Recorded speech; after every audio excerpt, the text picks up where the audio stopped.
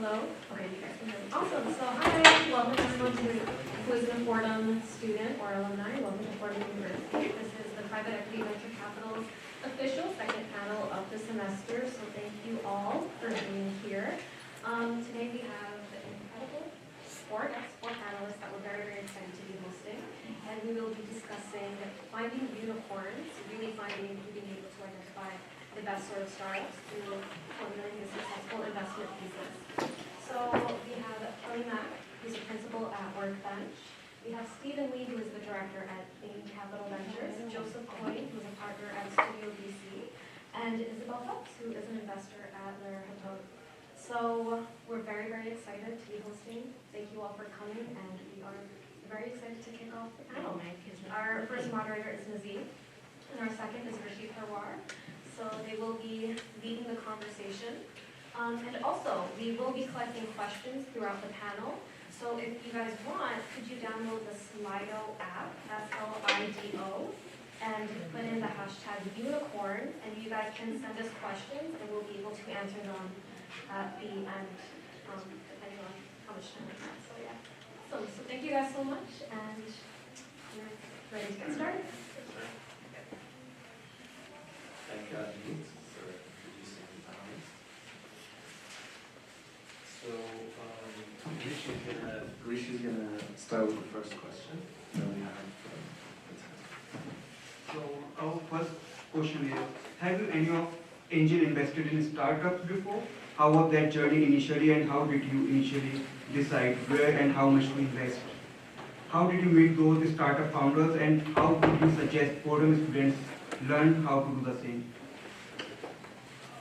So I would say, and we're all at kind of like different stages of investing, even kind of on the institutional side. And so if it works for you, maybe what would be most helpful for everyone in the audience is to first, maybe we can each go and share a little bit more about each one of our firms and kind of the way that we think about investing. Does that sound good to you? And then, because that'll help provide more context as we're trying to in here around the type of investments that we do. Does that sound good? Yeah, I think you can start. Okay. Cool. So as was mentioned, I'm from an investor of Lerer Hippeau Ventures. We are predominantly seed stage investors, with most active actually lead seed stage investor here in New York. For us, seed stage typically means rounds of between $2 to $4 million in today's market. Of those, given that we're a lead investor, we're typically investing checks of $1 to $2 million, and that tends to be around a 10% ownership stake, kind of as you think about the dynamics of any given round. We're industry agnostic, so we invest across different industry sectors, and it's roughly 50-50 split across enterprise and consumer.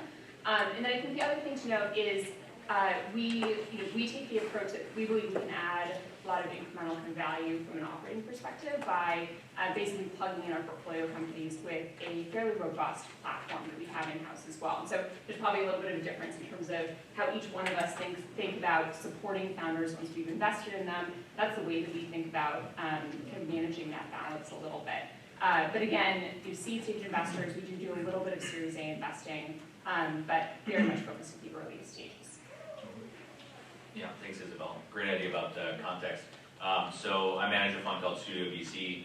We're about 4 years old. I previously was at Bain Capital Ventures, where I started my career, and then post-business school ended up helping to start Samsung's venture capital team, which was a high-tech corporate investment team focused on software and services. And about 4 years ago, jumped out to help build Studio with one other partner.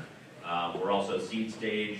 We invest a little bit earlier typically, so we do a little bit of pre-seed, which is a term that you guys have probably heard thrown around recently. It's kind of the de facto seed, so everything's kind of shifted up to Isabelle's point. What the seeds that she just described were previously A's, and sort of the pre-seed are the new seed, and so our check size right now flexes up to about $500,000. And with two partners, we're super hands-on. We don't have kind of a platform approach as some of the bigger funds do, but we do have a very hands-on partnership approach. Myself as a sort of career VC, and my partner as an entrepreneur who scaled his business to about $1 billion and exited. So the two of us, two different perspectives, very hands-on with our portfolio, and we're investing out of our second fund now. Thanks. Yeah, well, first of all, thanks for inviting us to the panel. Great to be here. So a little bit about my background. before becoming a VC, I was an operator, so I was an early member of the revenue analytics team at Twitter. I was there for a little over 4 years. When I left, the team grew to 50 people in 11 different countries, so saw a lot of growth in many of Twitter's high-performing markets. And then prior to Bain Capital Ventures, I was also at another venture fund called Correlation Ventures, where we co-invested in over 150 companies. So some companies with some of the folks on the panel today. And then a little bit about our fund. We're mostly early stage investors. We focus on seed, Series A, Series B, and occasionally do some growth investing as well. Team is pretty spread across nationally. So San Francisco, where I'm based out of, New York, and Boston.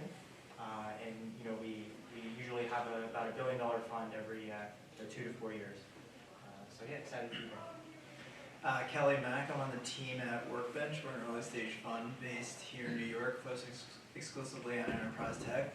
We are what would be considered a second check investor. Our usual check size is $1.5 million, but we can do anywhere from leading a $3 to $5 million round to co-investing in a $6 to $9 million round. We like to say that great things happen at the intersection of suits and hoodies, and the reason why we say that is because our own background is more from the IT side, and so I used to be a research analyst at Forrester Research. My colleagues used to be at Morgan Stanley and Cisco, and so we take a more empathetic lens to enterprise investing, where it's less shiny cool tech and more interesting problems within IT and trying to solve them. And then I guess last thing to mention is that we aren't exclusively focused on New York. We invest nationally, as well as look into specific areas that are hotbeds for talent, whether that be cybersecurity in Europe and Israel. So yeah. I guess to that, then the first question about angel investing, I actually personally don't. I prefer to invest other people's money, but yeah, personally I haven't gotten around to it. I think I spent enough time at work, working with startups, that I haven't broken into that personally, yeah. Yeah, maybe that's just a good distinction also, like when you said institutional, other people's money, and angel, your own money, that's like a pretty good bright line distinction between angel and even seed or pre-seed. Yeah. So kind of professionalized institution, individualized your own money, and if you lose it, you don't have to report to anybody because it's yours. So to that question, I would like to ask, what are the parameters you look for while investing? How do you decide where and how much to invest on?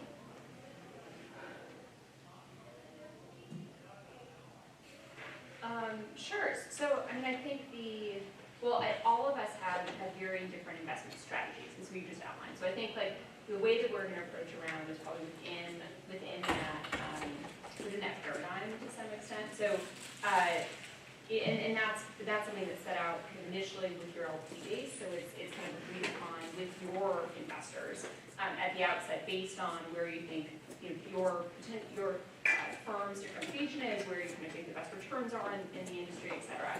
So to some extent, that's going to be set. But I talked to founders about this quite a lot. I think especially in the shifting landscape that Joe outlined here. We have there's a lot more competition in today's market, and so I think it's increasingly possible for founders to raise more and more. And I think there's two ways of thinking about how much you should raise in any given round. You of course should be thinking about, from a top-down perspective, where is the market and where is the kind of the appetite. And I would say again, it's a very healthy market right now. And so you see founders out of the bat raising $4 million off of the deck, which is not at all possible, I would say, or with very few kind of exceptions a few years ago. But I think that's only one piece of the puzzle. The other piece, of course, is a bottoms-up approach, where you're thinking about what your operating plan requires for, call it, 18 months of runway. And I think what's really important is to make sure that you're asking both questions and balancing both, because what ultimately happens is, I think what the balance for you as a founder is that you're going to be weighing essentially, you want to make sure that your business is well capitalized, but you're also going to be thinking about dilution that you're taking on in the near term. And if your business is only so far, the value of that business can only really be so high. So if you're raising a lot of capital now with a relatively low valuation of the business, that's valuation to you as a founder. That's dilution for you as a founder. So I think that's kind of like the balance that I would just think about striking a little bit. And I think having the 18 months kind of as guidance for you as you're thinking about runway and how much to capitalize your business is probably a good target in today's market. It takes some time to really get traction, so you want to make sure that you're raising enough to get there, but also not over-raising given the dilution component to it. Does anyone else have anything else to Yeah, I think that was a super complete answer. The only thing I would add is that in addition to the 18 months, I think the other thing to triangulate towards is in your industry, as in the company's industry, what are the sort of metrics or key milestones that are necessary to hit? So not just burning through 18 months of runway, but what do you achieve in that time, which will enable you to raise the additional capital at the next stage. So you want to level up, obviously. You don't want to be in a position where you're sort of plateauing and trying to raise. You want to be leveled up to a position where the A or the B investor, the Bain Capital Ventures, are ready to follow you, and you have metrics that are commensurate with that round. And so it's not just about like having enough to get there, but it's also like making sure that your roadmap and your milestones are being hit to facilitate that next round. Yeah, I guess the only thing to add is the fun thing about venture is it can help scale your business, but it basically puts a timeline on the way that you do that. And so to Isabelle and Joseph's point, you're timing yourself for 18 months, so it's very, very timely and very specific that you know exactly what you need to do from a hiring standpoint, from a go-to-market standpoint, to reach revenue milestones that that a Bain would find attractive, and then investing in that round, but then also even looking towards that round after. And so it's all, I'd say, for us, we're not a seed stage investor, so we don't see it as much as those folks on the end. We focus mainly on the second check investment opportunity, just because of the way that we operate within investing in enterprise. A lot of the folks that we end up speaking to on the customer side are not yet ready to engage with the earliest startups, so we like to have at least a product in the market, a good founding team, and a little bit of traction with regards to either prospects in the pipe that are commensurate logos to the types of customers that you're targeting, because that will help us de-risk the investment when we help.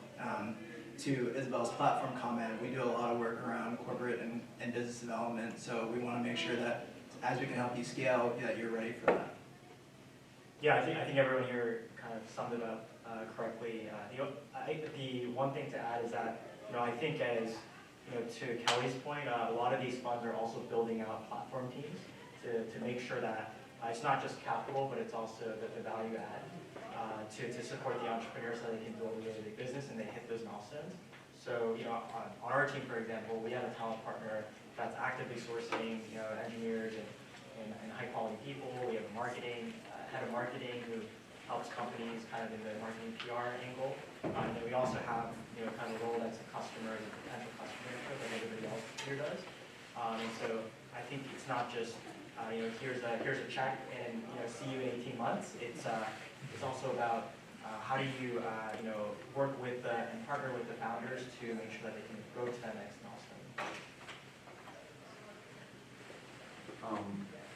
To add to question something that you just said, Stephen, how much would you focus on teams when making the decision to invest in someone, in an idea or in a company? How much would you focus on the quality of the teams from your perspective? Yeah, that's a great question. So I would say that the team matters in kind of every round, every stage. I think if it's a seed stage investment, it's 2 or 3 founders. They have an early prototype or just an idea on a deck. I think the team matters a lot, right? Because you're not generating revenue, and that's kind of the best asset that you have today.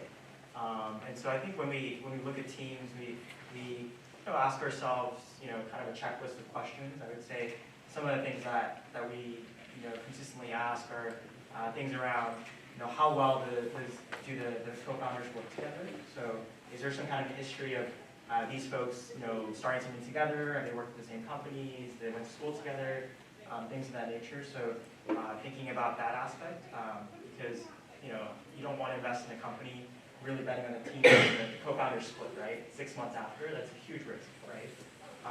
And then I think the second question that we ask is around the insights that the founders have around the market.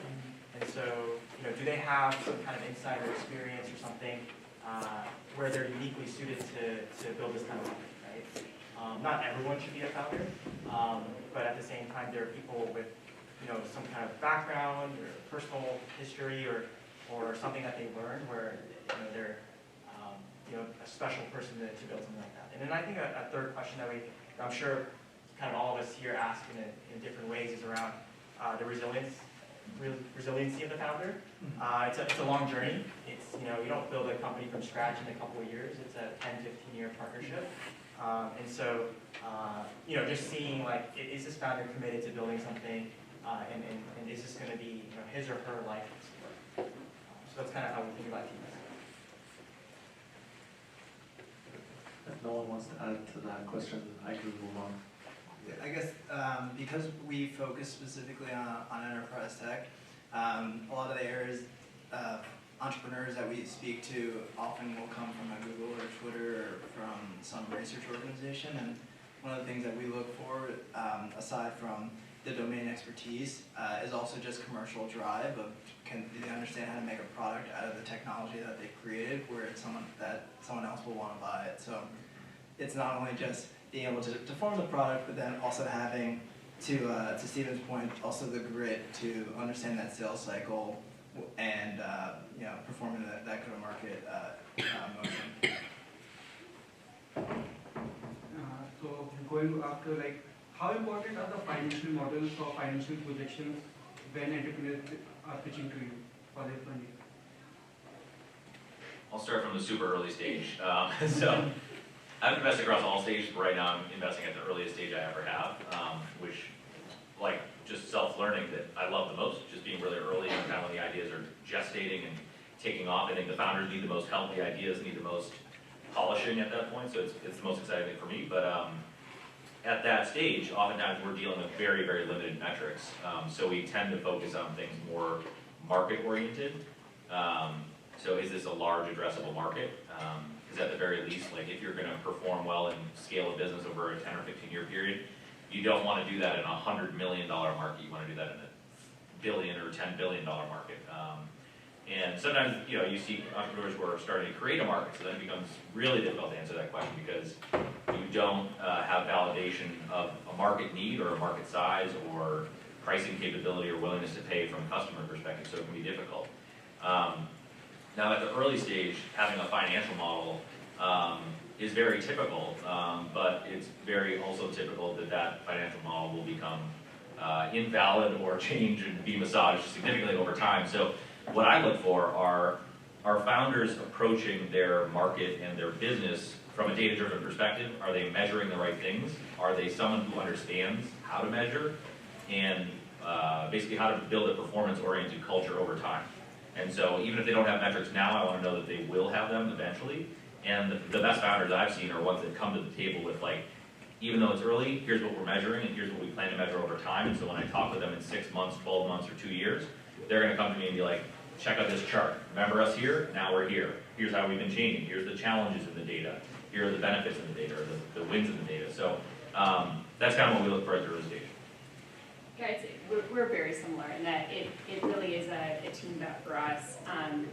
But that said, I think I'll just share a little bit. I agree completely with the way that Coach outlined it. I would say the other thing we think about a little bit are just what assumptions have been baked into the model as a lens into how the founder thinks through the risks of his or her business. And I think that's been really a really kind of like helpful way of viewing the model and starting to glean some information off of what is like very imperfect data at that stage.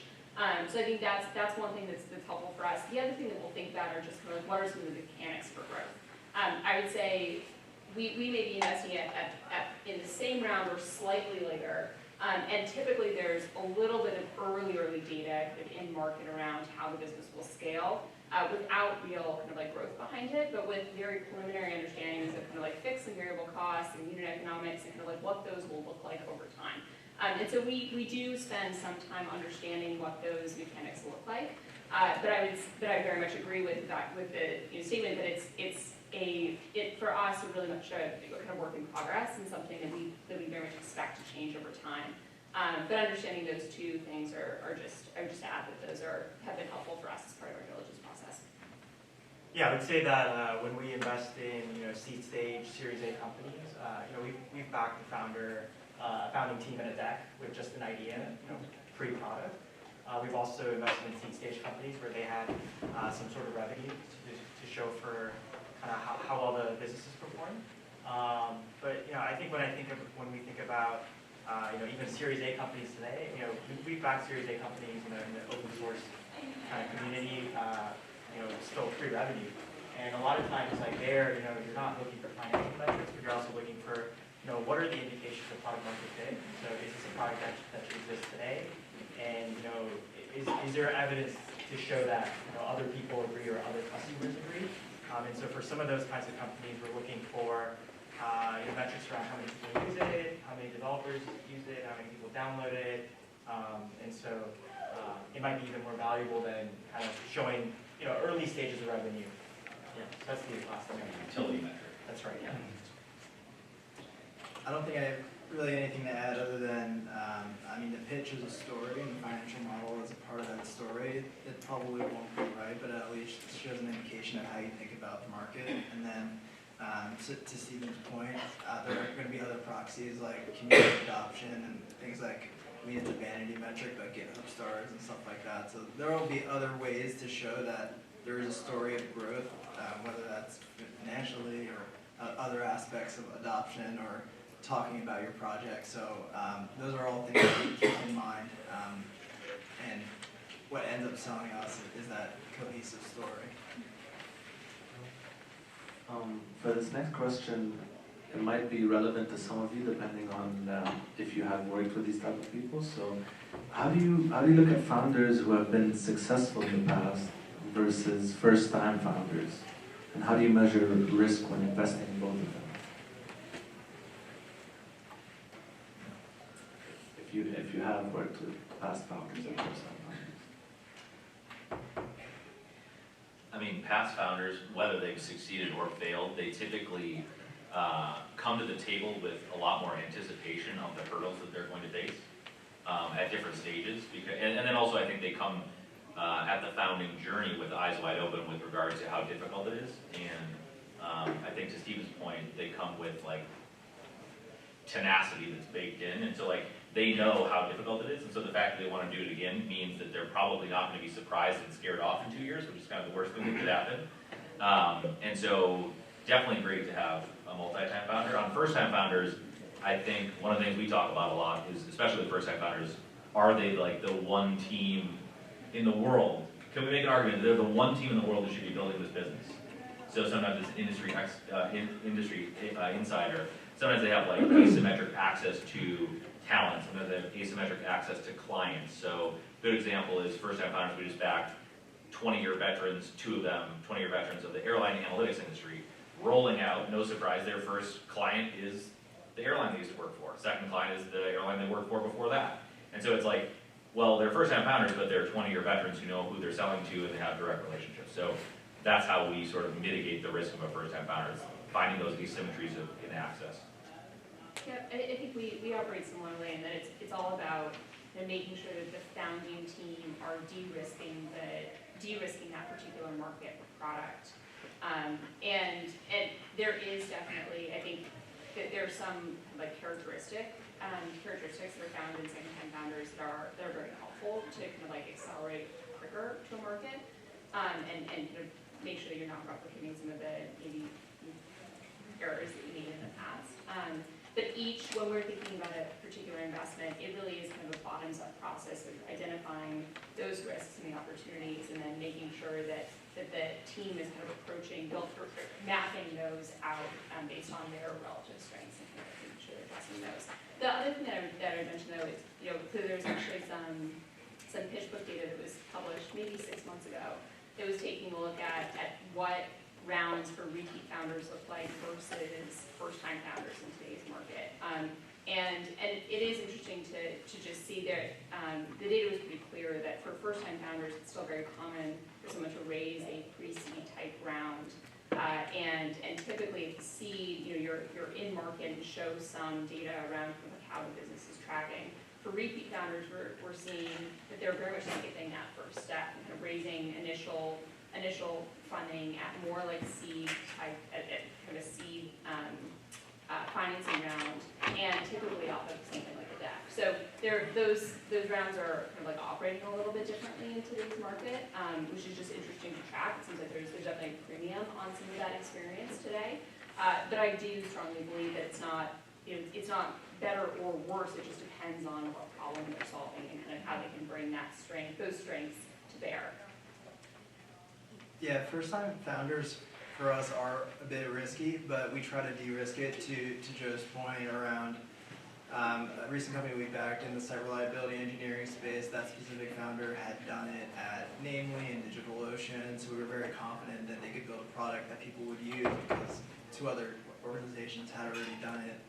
The other way we de-risk it too is by changing like our ownership threshold to be actually a little bit higher, because in fact we're almost incubating the company a little bit more, so we would expect to just have more of it at that point, just considering all the work that we'd end up having to put.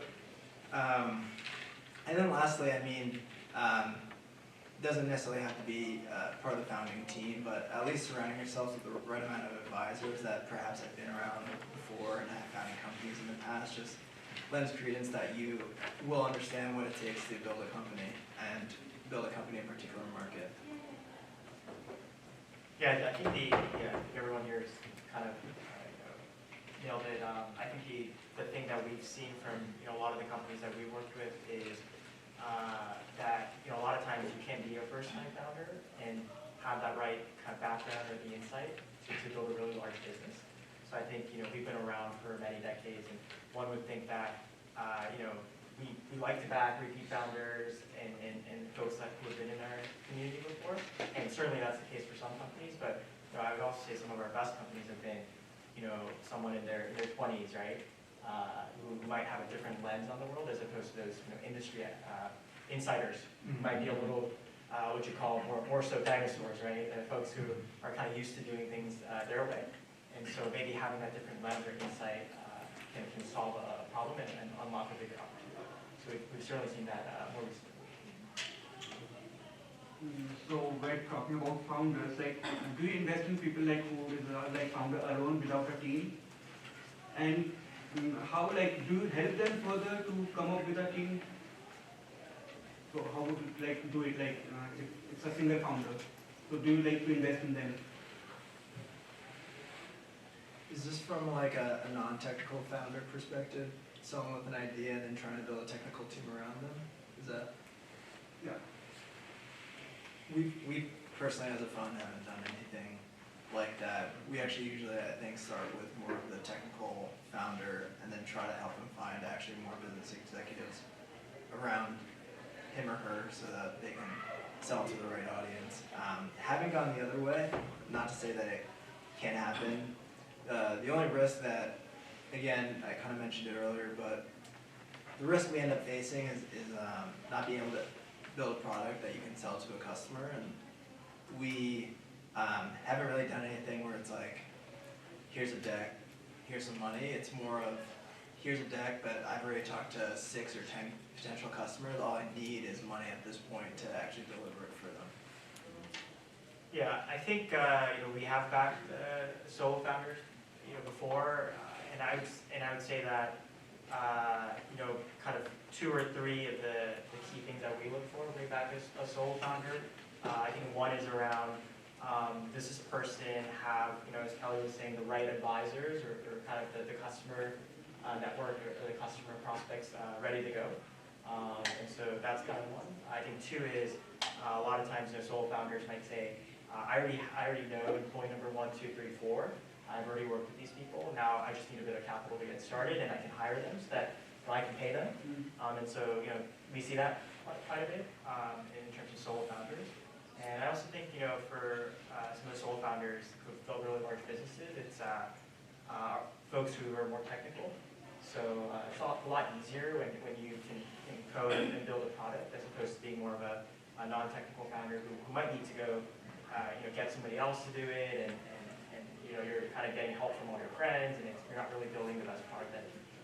So I would say those are the three things that we look for, and I'm sure some of the folks here look at when assessing first-time founders. Yeah, we're not dogmatic about it at all. As long as the founders, again, like fits well to the problem in the market that they're in, problem they're solving in the market they're in. I would say one thing that I think is worth stressing that Stephen touched on was that as a founder, we've talked a lot about kind of like traction in the market, so like revenue and kind of being able to close clients and getting on the enterprise side, users on the consumer side. But I think it's important to just stress that as a CEO, we're thinking, yes, about if they can win clients, but it's also if they can win employees and investors down the road. And we're very much kind of thinking about your one's aptitude on all of those fronts and more. But I think coming in as just a founder without a team in place, one of the things that we're definitely going to be thinking about is there any risk to whether or not this person is going to be able to assemble a very strong team around them? Because as was pointed out before, once you raise, there is a little bit of you're kind of marching against time. And it takes a while to really assemble that best-in-class team there, and that's something that we care about a lot. So it's not something that it's not that we wouldn't invest in someone who's a solo founder without a team in place, but it's absolutely a risk that we're going to be weighing pretty heavily. Yeah, I think it's a good time, especially when you have a solo founder, to gauge their self-awareness, because the kind of solo founder you want to back is somebody who comes to you and says, I'm really great at product. I just hacked together this prototype, but I've never done enterprise sales, and I really need that first hire. And either I've identified them, or Kelley at Workbench is helping me identify somebody who has 20 years experience in that space. So that's something where you'd rather hear that than see a founder who's like as talented as he or she is come in and say like I think I can do this all, and like I have been trying to do it all, rather than here's what I'm good at, here's what I'm not good at, and here's what I need to hire for. So self-awareness is really key at that point, and humility, to be honest, as well. In terms of deciding what to invest in, does any of your funds decide on potential exit strategies before investing? Do you decide if there are any potential exit strategies before getting into it, or do you let it happen and then decide after? So we're not, I wouldn't say, I think decide is too harsh a term, because there's a lot, I mean, for us when we invest, we see that investment as having kind of like a 7 to 10, if not more, because companies are staying private longer life cycle, right, in terms of kind of when we'll see a return on that investment. So there's a lot that can happen during that time.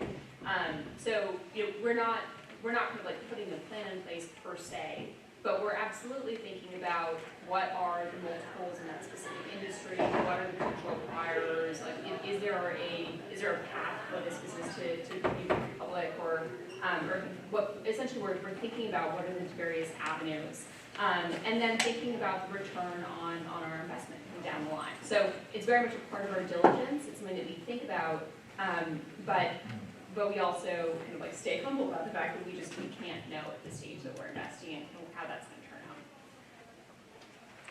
Yeah, the only thing I would add to that, I mean, exactly right, Isabelle. I think the only thing I would add is just if you're investing in a particular market, and obviously one of the key exit points would be M&A versus IPO. So in the M&A landscape, do you think there's going to be appetite in the near or in the mid to long term for another company to really need to own the company you're investing in?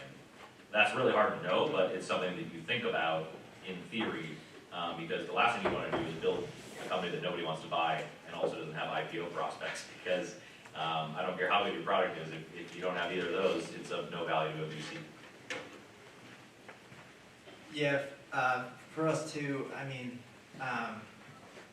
we're always, prior to investment, always understanding what the potential exit would be, whether that's the acquirees or what that exit potential is.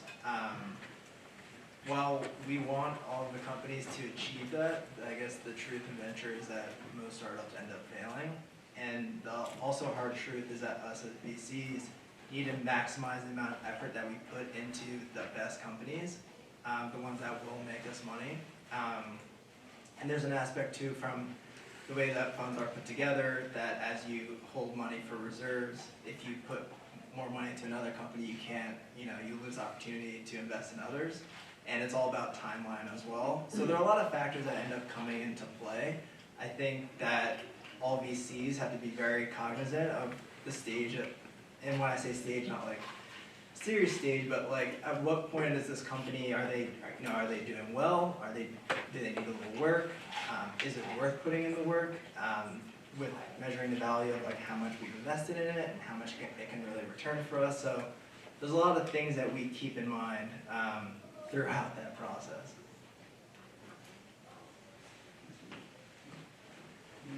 So I just want to know, like, what are your thoughts about investment in service-based products or service-based startups or product-based startups? Because, do tech startups really reign supreme in your eyes in this context? Because they are different in initial investment and their capital requirement and even the product life cycles. Can I ask a clarifying question? Are you asking about service or product startups that are both tech-enabled? Or So service-based is mostly we mean to say tech-enabled, but product-based is like some innovative product or something maybe useful to normal consumer. CPG products? Yeah. Yeah, we've invested in both types of companies. So, software-only businesses, especially for enterprise companies, so companies that sell to other companies. We've also invested in companies that are mixed both. So, Line, the scooter company, for example, is one where there's obviously a tech element to it. The app and the software on the back end, but as well as there's a physical component, right? People unlock the scooters, they pay for it, and then they drop it off. And so I think, it goes back to kind of the theme of being a venture capitalist is finding, massive companies and large industries. And just because we're investing in a lot of companies, some of these companies don't work out. And so, in order to return, your fund to the people who invest in your fund, the LPs who are institutions like Fordham or charities or nonprofits or other folks of that nature, I think you need to find those kinds of companies. So it doesn't matter where it's coming from, and we're seeing that with some of the bigger IPOs in the last 6 to 12 months or so. Peloton, for example, a Europe-based company, and some others that come to mind that are more product. Yeah. Chberr, which is another company, and one that my former fund that I invested in. And then also some software companies, right? With Zoom, for example. I think a lot of people are on Zoom because they can't, go in person to meetings due to everything that's going on. So those kinds of companies, right, where it's tech, right, software. Awesome. So thank you guys so much for answering the whole host of questions that we prepared for you guys. So we did open up the questions to the audience, and wow, a few people did download the Slido app, so thank you guys for doing that.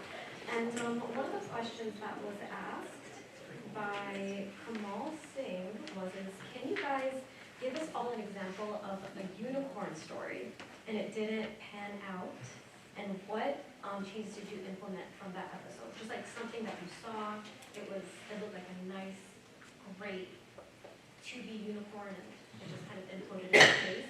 And what did you change about your investment strategy from that experience?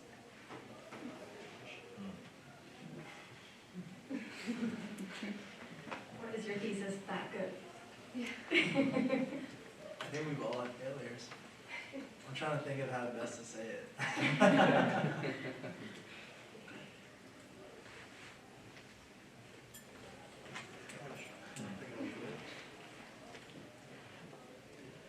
Okay. So we invest in infrastructure, developer tools, and a lot of that is driven by open source adoption. And to the point that Stephen was making earlier, we built a lot of our thesis around how folks are thinking and how that world is going to change and what's going to matter there. We have made bets in those spaces pre-revenue with the understanding that there's a very large opportunity, and we want to tackle that, and this needs to be this or that team to win it. Along those lines, I guess there are elements, and actually this isn't necessarily like specific to our firm as well, but there'll be aspects of commercial liability, aspects of team, aspects of markets unforeseen that, I mean, frankly, you can go through a lot of different salespeople and not really find it. I think what ends up, and I don't know if this ends up answering the question at all, but kind of to my other point where we make a lot of bets. As a fund, we make around 16 for one fund.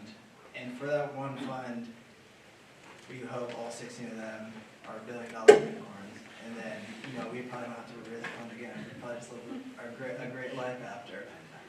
But it's probably like only a handful of those are going to make it. And even though we're going to make big bets on landscapes or in spaces where things are pre-revenue, the only thing that we would change is not necessarily like that we didn't believe that existed. It would be more so what are elements of team or sales process or go-to-market that we could have changed, or maybe a timing element of maybe we could have waited a couple of months because it wasn't yet.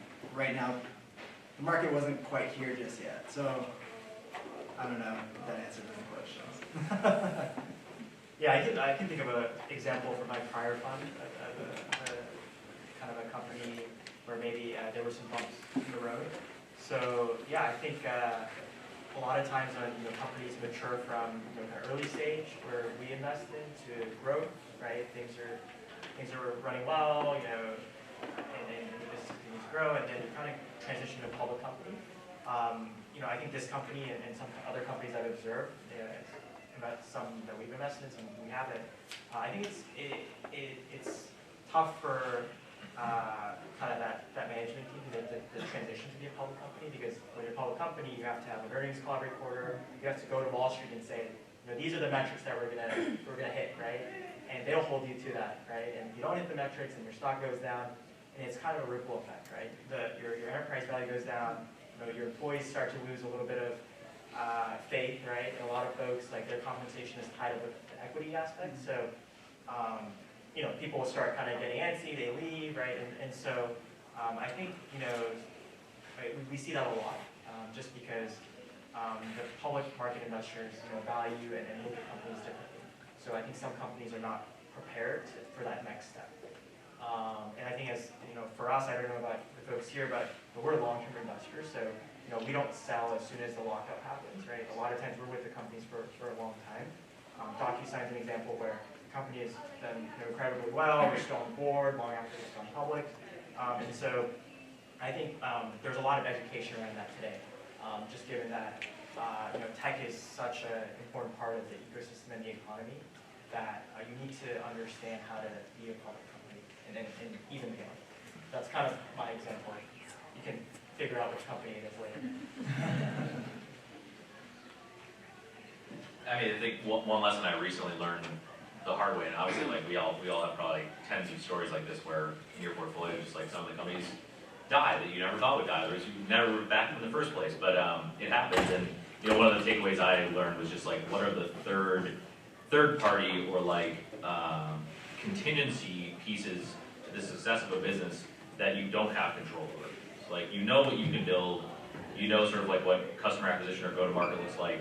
Those are all within your control. And then what other third-party reliances do the company have that will either make or break their success? And so in this example, I'm thinking about one where the company was built on top of its own software and then a little bit of payments infrastructure. And that payments infrastructure was a pretty key part to their business model. And as part of the business growing its user base, there was a tiny amount of fraud in the payments ecosystem, and they ended up losing that payment provider.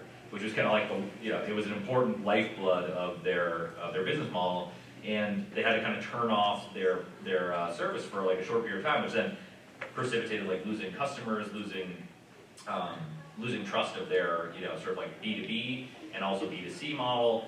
And as a result, it was just like this cascading effect that led to them not being able to raise more capital, et cetera, et cetera. And it was all because of like the sort of draconian rules of one service provider that we were relying on. And so what I learned is sort of like, if we're going to have third parties that we're relying on, are there backup contingency plans? How can we mitigate risks before they happen, and things like that? Or build it ourselves so that we don't have to rely on third parties who might shut off the spigot, so to speak. So that was a takeaway that I recently learned. It's like some things you can control, some things you can't. The things you can't, either mitigate the risk or find a way to get around it. And then I'll keep mine quick, but one of the things that you're talking about internally right now actually is, I think it's often tempting to get in the mindset that all growth is really good. And especially when you're investing in a founder that has just a tremendous amount of confidence in him or herself and their vision. And one thing that we have learned, there's a specific example, but I think it can be applied more generally, and this will tie back to the earlier conversation about exit landscape. There is such a thing as like overgrowing your market and getting too big to a point where there isn't really an exit opportunity that's really attractive for you. There are certain markets where M&A really is the best option, and in those markets, the number of potential acquirers it's not unlimited. And so I think that's one thing that we've just been talking about a little bit. I think, again, that's a hard message sometimes to convey, because founders are, the reason that you're investing in them, again, is that they're dreaming really, really big. But you do, as investors, kind of want to make sure that you're kind of like thinking about what's the best way of growing this business and increasing the value of the business over time. And that may not always be as independently owned business. And so that's something that we've been talking about a little bit, just to make sure that we're kind of conscious of that at a certain stage of the company's growth. So I'm going to do one last question. We can get very, very quick. And this is also from Kamal Singh. He's on a roll today. Or he's one of the things who downloaded the app through the work. And does the potential IPO influence your process? And would you still invest in a company whose ultimate goal is not for the public rather than the product and profits? Like, is IPO always the goal for you guys, or is profit? So I definitely don't think that I don't think it's one or the other. And we aren't really thinking about industries where IPO makes the most sense.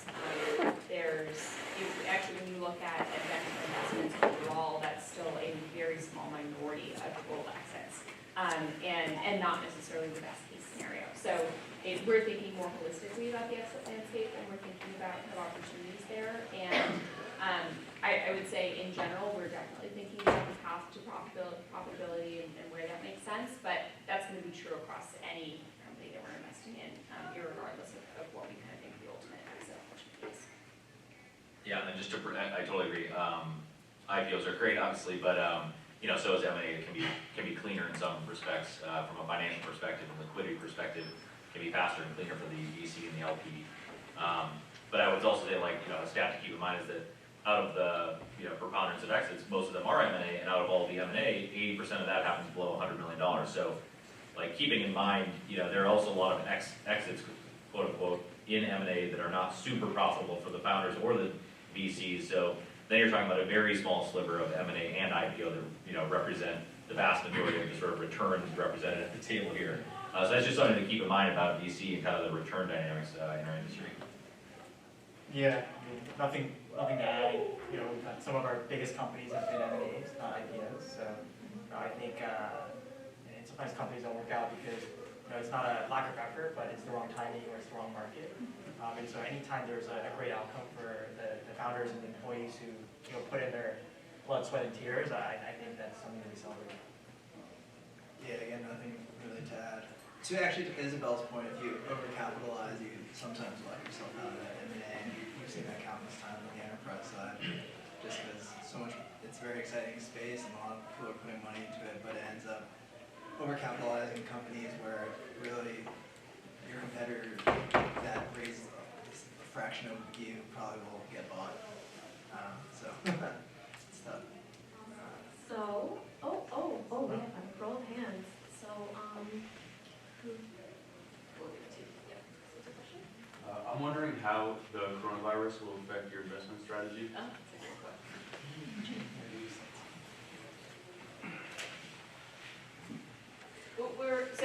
I have no idea. And I don't think any of us do, but it is something that we're actively discussing, especially for hardware or companies that have supply chain exposure, especially in China. I think most of the companies that we work with that do have supply chains in China are not expecting for this to be fully operational until mid-early March. And so that's a pretty substantial impact. What that looks like in terms of long-term impact, I don't really know, but it's definitely something that we're tracking pretty closely. That, and there's a few companies that where people are in close proximity to one another, especially in the services space. I think that's another one that I didn't think of initially as being a potential risk, but we're actively talking to them about how they think about either proactively or reactively addressing the risk there. Okay. So if everyone can give our wonderful panelists and moderators.